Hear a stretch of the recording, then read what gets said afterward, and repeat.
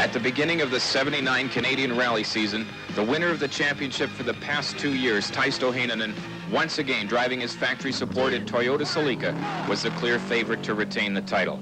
But Taisto, co-driver Tom Burgess, both from British Columbia, and Toyota had their sights set on bigger things, the North American Rally Cup. The winners of this championship would rightfully be able to dub themselves the best team throughout the continent. The Rally Cup, designed to bring Canadians and Americans into competition, is decided on points gained from the best 4 results from events held in a team's home country, in addition to 2 events on foreign soil. To take the championship, Heinonen would have to beat the brilliant and very experienced team of Americans, John Buffum and Doug Shepard, the current North American champions, in a contest which was destined not to be resolved until 10 months had passed, and teams had crossed from coast to coast, as well as competing internationally.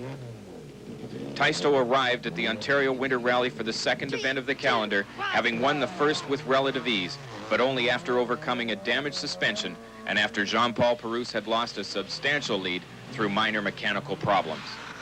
Held in bitter cold and icy conditions, the Winter Rally lived up to its name, and Taisto and Pérouse fought a 14-hour battle, the result of which was in doubt till the end of the final stage. But before the end, Taisto knew well enough that Pérouse would be a threat in his bid for the championship.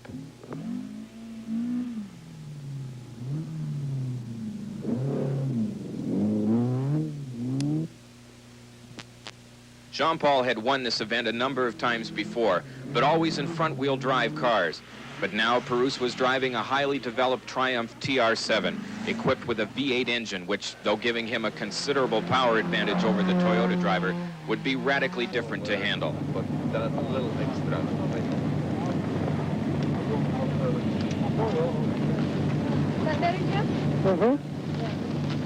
But despite mechanical problems, Pérouse was only 15 seconds behind the Toyota driver at a point halfway through the event, and he seemed happy with his new team. It's the TR7 is very good in the winter, a lot better than I thought, because I assumed first that without the most of the weight being in front, the car would plow in, but the weight balance on this car is a lot better than I thought, and then the wheelbase is very wide, so it has a very good road holding.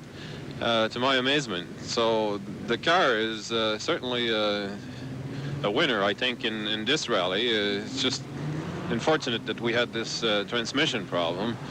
But with 15 seconds to gain on Taisto, even with 2 gears, I think we're going to give him a good running, I hope. Pérouse used his power advantage to full effect to take the Winter Rally by a margin of, incredibly, only 4 seconds.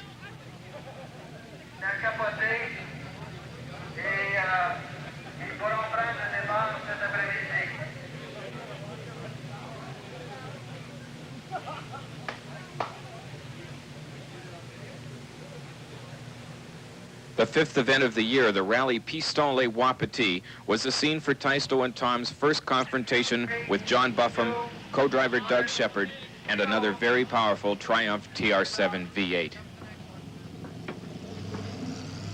But over the past 2 rallies, a new threat to Taisto's 1979 ambitions had appeared. The U.S. Nissan team had imported New Zealand rally champion Rod Millen, giving him a very competitive Datsun, and this combination had led Heinonen in the New Zealanders' Canadian debut, until mechanical failure had eliminated the Kiwi in the closing stages of that rally. Pérouse, with co-driver Louis Belanger, had retired in one of these events, but despite further mechanical problems, he had taken 2nd place in the other to maintain his challenge. The Wapiti rally started from Saint-Jérôme, 50 kilometers north of Montreal in the Laurentians, and it was held in scorching weather. Perouse and Buffum set a blistering pace in their triumphs, just ahead of Millen, now in the very latest Nissan Canada Rally Datsun.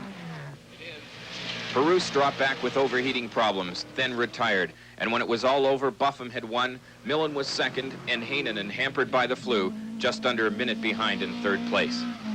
The next event saw Taisto and Tom return to their winning trail, but only after a dramatic struggle in which both Buffum, who retired, and Millen, who eventually finished third, went off the road.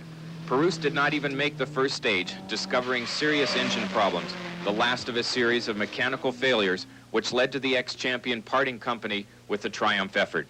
35 seconds was the winning margin in a Buffum, Heinonen, Millen finishing order in the seventh event. Buffum could now return to the U.S. having won his maximum number of events in Canada, while Millen and the Canadian competitors moved on to the Lobster Rally in New Brunswick. The Lobster Rally, held annually in Moncton, is everyone's favorite event. But with over half the season gone, things were beginning to look a little gray for Heinonen. Buffum was sitting pretty with a probable maximum. Millen had won well in the U.S., and Taisto, though here in incredible form, had yet to gain a point in the U.S. at all. But after a 12-hour battle, the winning margin was only 30 seconds, and the best Taisto could manage, slowed by a flat tire, was a second place behind Rod Millen, who was now uncomfortably close to Heinonen in the championship standings.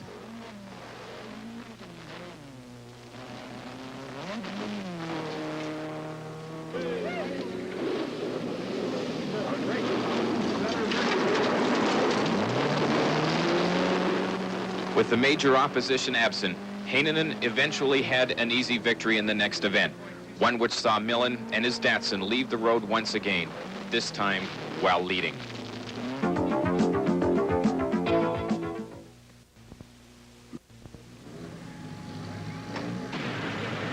Millen came to the Rocky Mountain Rally held in Calgary, determined not to crash in what might be his third successive event.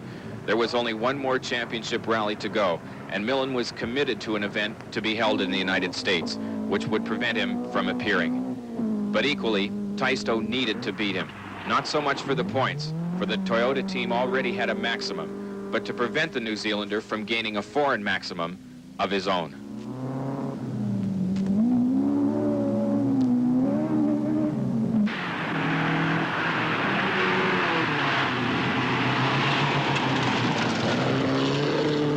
At times, run in dense fog, everyone was disappointed when the expected battle fizzled, the Toyota developing early engine failure. Although this was the only retirement of the year for the Toyota, it was a blow to their hopes of taking the championship. For Taisto's retirement left the way open for an easy win for Millen and a foreign maximum for the New Zealander.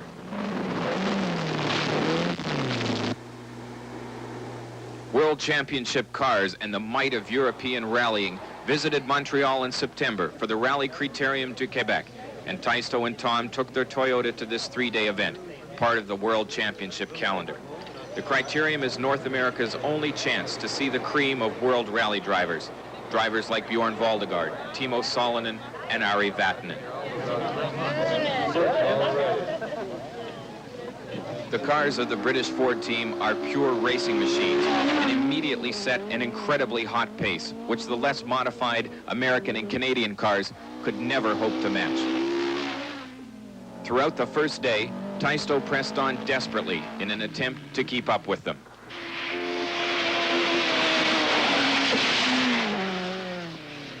The second day took place in the wake of a hurricane, and the constant downpour forced the cancellation of several stages. They cancel all the stages, we never can catch those guys, you know.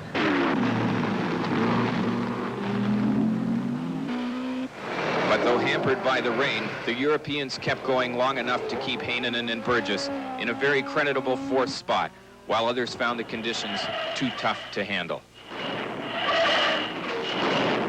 Valdegaard and Salonen fought a day-long battle through the rain, with the Datsun driver leading at the close.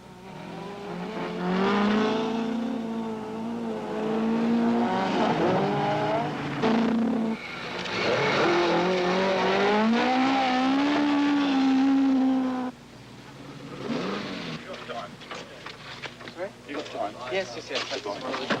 The third day further took its toll during a grueling 900-kilometer leg. Destined to become 1979 world champion, Bjorn Valdegaard, having lost time the previous day in the rain, drove as if possessed to take the lead on the final stage and win.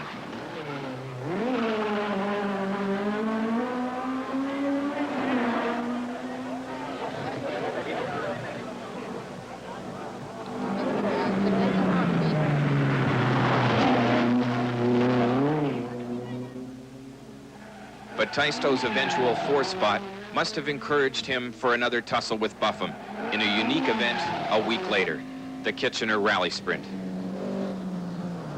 Rally sprints are popular in Europe, where rallying is a major sport. In essence, a single stage. The cars lap against the clock in an event which stretches the racing ability of the team. The event was the first to be held in North America and provided enough drama to ensure repeats, as Heinonen, Buffum, and other Canadian rally drivers raced around a 1.5-mile lap in a rugged gravel pit. Taisto led the opening lap, but Buffum overtook him, and just before the decider. Taisto is always very close. He and I run very closely. Sometimes he wins, sometimes I win. And I'm a bit ahead of him now, and we're hoping to stay that way. Of course, well, I know he's knocking on my back door, so I can't afford to make any mistakes.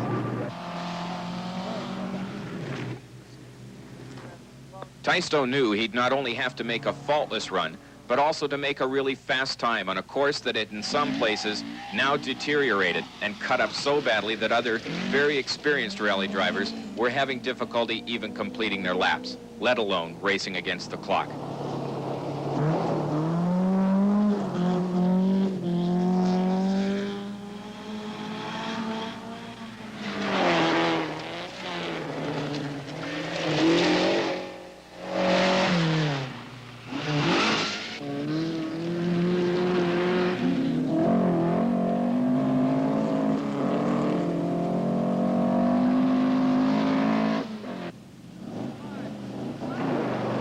Heinenen's last lap shaved seconds from Buffum's lead, but then he could only sit and watch as Buffum came to the line for the deciding lap.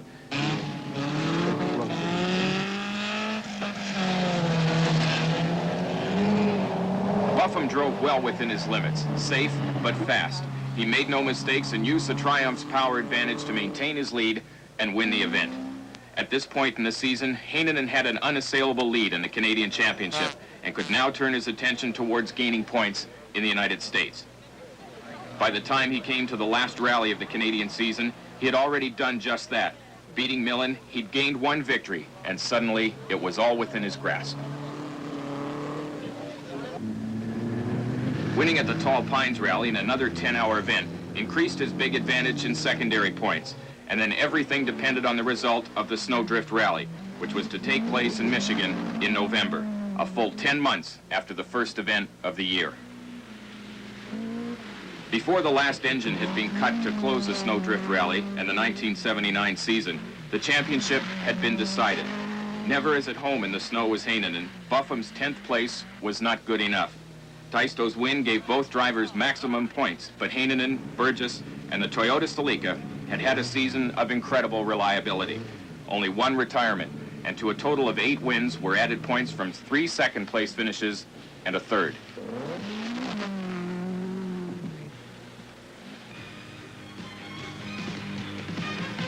For the first time, a Canadian team had taken the North American Rally Cup from the Americans, and after 10 months of competition, Taisto, Tom, and the Toyota team could afford but a brief rest before preparing for another 10-month battle through the ice, the snow, the rain, and the baking temperatures for the 1980 Rally Cup Championship of North America.